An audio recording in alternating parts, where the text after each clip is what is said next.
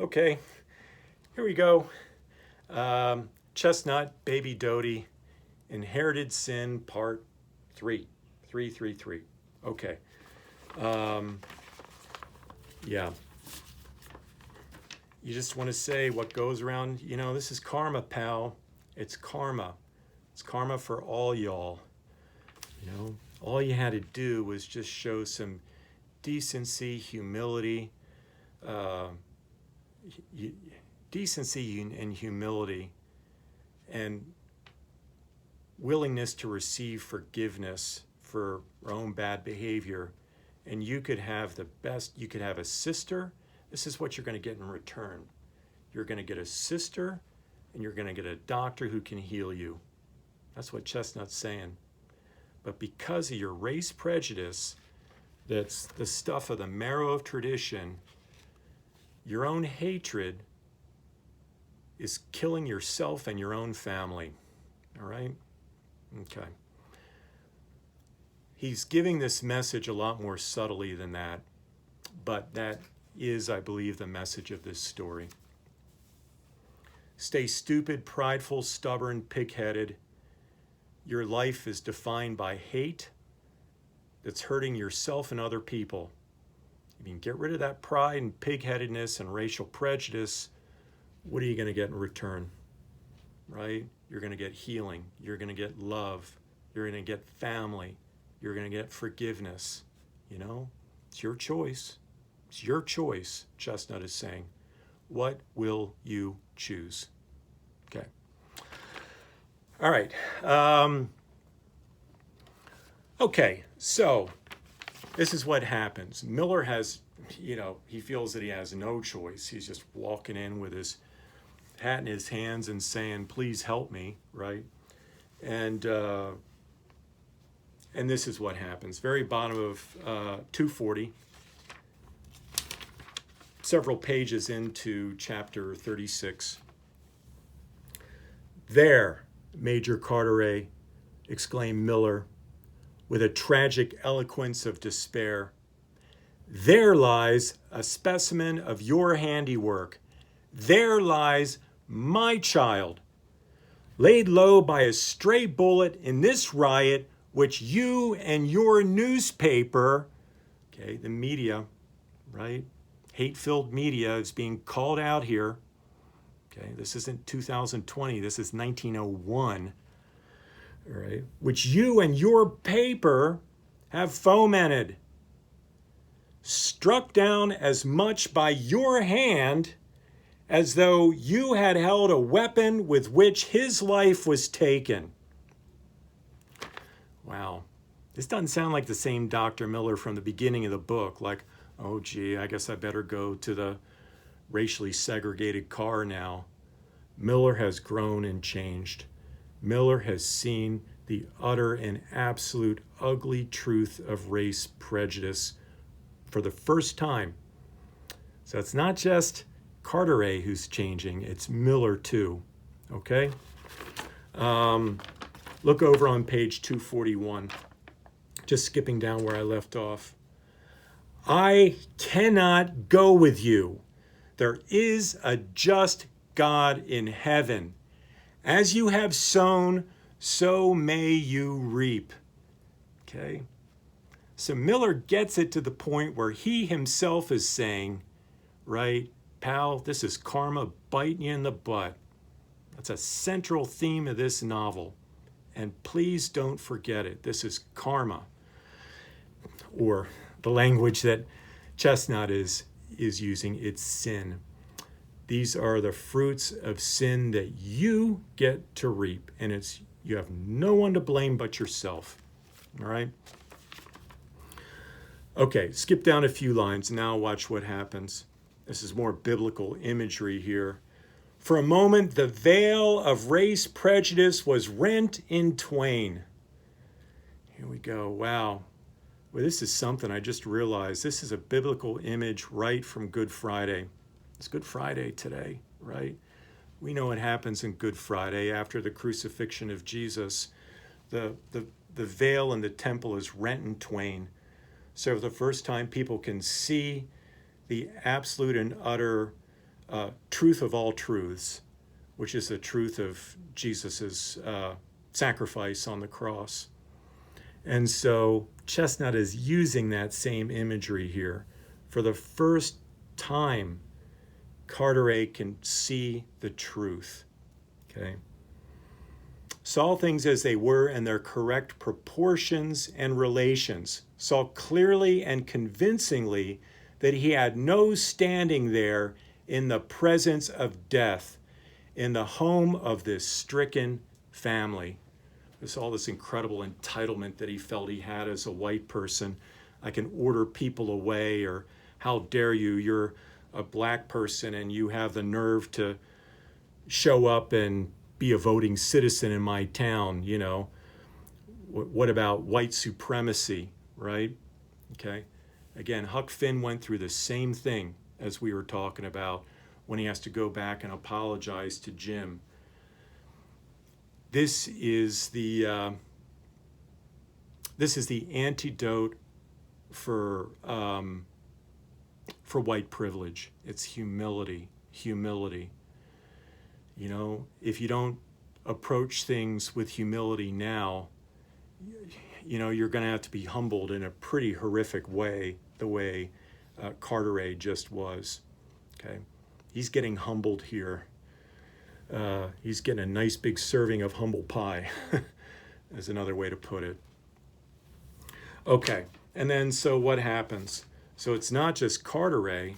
You know, Carteret has to slink back home with his tail between his legs, and he has to go tell his wife that Miller's the only guy who can help, and he's not going to do it because we just killed his son. And so it's not just Carteret who gets a good dose of humble pie.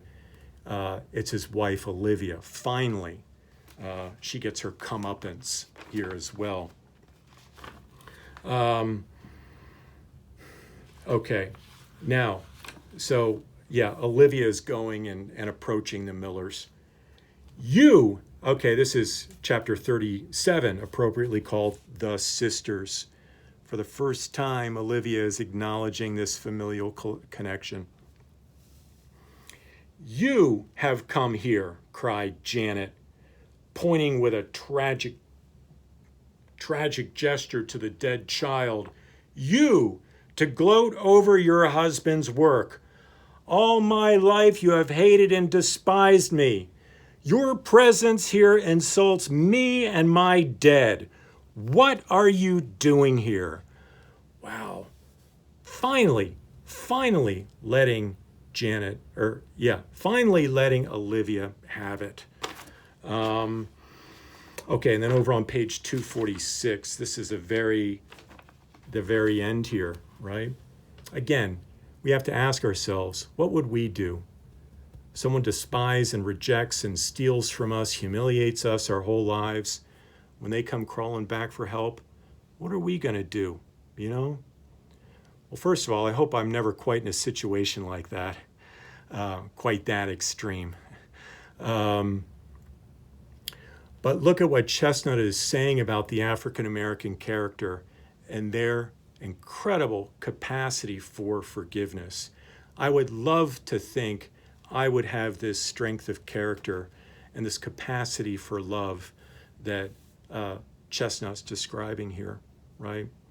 The fact he's saying that African Americans have it in their character means that, you know, as a nation, we have utterly wronged them, the African American community, for thinking anything less of them and assuming anything worse out of them. Okay, let's look at this. This is the very last page of the book now. And I must forfeit that of mine, it seems, for withholding it so long, sobbed the other. Tottering, she turned to go, but it is just. So Olivia has the capacity now to accept the truth that she has done horrific wrong and she's receiving just punishment. So she's accepting that, right? But watch what Olivia does. This isn't the end of the story. Not yet. Stay! Do not go yet, commanded Janet imperiously. I love this. This is so theatrical. Every time I read this, I think someone's got to make a movie out of this. You know, I say that, maybe it's me. Maybe I need to write a screenplay and send it in somewhere. This has got to be staged. It really does. I mean, look at this. Janet, she's just sad and sorrowful. Her sister won't acknowledge her, and the humiliation she has to face her whole life. Now watch the way she behaves. Do not go yet, commanded Janet imperiously, her pride still keeping back her tears. I have not done. This commanding voice fully owning her own power for the first time. This is remarkable. I throw you back your father's name, your father's wealth, your sisterly recognition. I want none of them. They were bought too dear. I'm just saying, I throw it back in your face. I don't want anything from you. I have no use for you. I don't need you. Goodbye. Get out. Right? Wow. But that you may know that a woman may be foully wronged. So she's putting it all out there and not pulling any punches. This is how badly you have wronged me. Okay? And yet may have a heart to feel. Okay, you beat me up pretty bad and you did some damage to my heart, but you have not destroyed me. And my capacity to love you, even after all this, says something about the strength of my character, okay, and my capacity to love. All your hatred, you try to destroy me, and the fact that I can love you suggests that you have failed. Wow! Man, you know, this is profoundly powerful stuff. But that you may know that a woman may be foully wronged, and yet may have a heart to feel even for one who has injured her. You may have your child's life, if my husband can save it. Will, she said, throwing open the door into the next room. Go with her. Wow, this is so good. I keep trying to imagine what actor should be playing this role. Man, I'd love to see this brought to life. Now watch what happens at the end of this book. Okay, the last few lines. Let's skip down. Together they went out into the night. Mrs. Carteret tottered under the stress of her emotions and would have fallen had not Miller caught and sustained her with his arm until they reached the house. Okay, think about this for a second. Miller did just lose his son through no fault of the son's of the son's or his own. And Mrs. Carteret just has the threat of losing her son. Yet who's the one who's falling apart? Okay, it's not Miller. He's got strength to spare to hold her up. Okay, this is saying something profound about the African American character. And it's throwing some pretty strong criticism on the white Southern character, right? In your core, you're hateful and you're weak, okay? Not Dr. Miller and not Janet. Okay, is the child still alive? Asked Dr. Miller. Yes, thank God, answered the father, but nearly gone. Come on up, Dr. Miller called Evans from the head of the stairs. There's time enough, but none to spare. Okay. Now, why do you suppose we don't know what happens? Okay, we don't know for sure if this kid's gonna live or not. All right, we don't know. And y'all are doing a good job trying to understand in your discussion posts, trying to understand what this kid symbolizes. He represents the future of America. He represents the future of the South, the North, everything combined. Okay? We don't know if this is gonna survive. Look at what just happened in Wilmington, North Carolina. The city exploded. because of racial hatred. Chesnutt is saying that's the whole country. It's only going to continue to get worse and worse. We don't know if this country will survive because of this power of racial hatred. And so, think if you're a reader in 1901 or a reader in 2020. And Chesnutt is posing this question to us, to you, to us as readers. There's time enough, but none to spare. What do you think Miller means by that, or Chesnutt means by that, Dr. Evans means by that? This is Chesnutt posing the question to us. What will we do about racial hatred in this country? Racial hatred that is tearing this country apart, still is, 119 years later. I wonder what Chesnutt would say, fast forwarding 119 years later, in terms of progress we've not made. You get to decide, okay?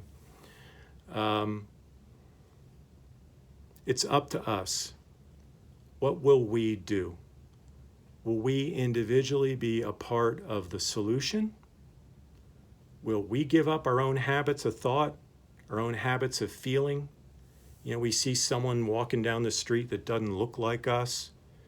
Do we get afraid and think, oh my gosh, they're gonna hurt me or something, right? Do I want to despise people who don't look like me, who don't have the same background as me? Okay. Chesnutt is saying those thoughts, those beliefs, those actions are tearing this country apart, and they shouldn't be. They're harming us, they're harming the others, they're harming all of us collectively. What will we do about it? Will the child be saved? The child meaning our future, the next generation. The next generation that, after we're all gone, will be America. All right? Are we going to set the foundation work, the groundwork for a better future? Are we part of the problem, or are we part of the solution?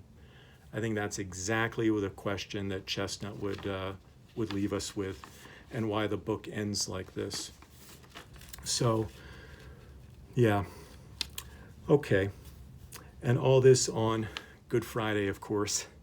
So, interesting coincidence. So, I think that's, well, actually, I wrote this handy little paragraph here in my notes. Let me just read this, because I think it helps make sense of all this symbolic weight, what's going on with these firstborn children dying or almost dying and everything else.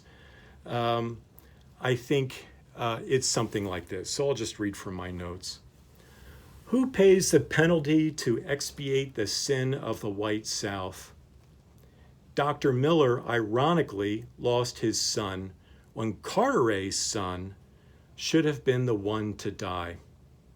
In the Bible, the Pharaoh of the cursed civilization, meaning the oppressive Egyptians, must lose his son before the enslaved ones can be free. Ironically, in the South, the son of the wronged ones, the chosen people, he dies, right? Meaning Miller's son. Even more, they are prepared to make deep sacrifice to save Pharaoh's son when they had absolutely no reason to do so. Okay, this is Chesnutt's way of saying that the African American community has it in them to do even one better than the Israelites. So this is a profoundly powerful message. So I hope that helps. I hope it helps you make sense of some of the things you've been reading, making sense of some of the thematic material, and making sense of some of the symbolic material in this novel. Okay, well, I'll leave it there. And if you have any questions at all about anything I was talking about, please feel free to ask a question, make a comment, and I will do my best to answer. Okay? Happy Easter. Bye-bye.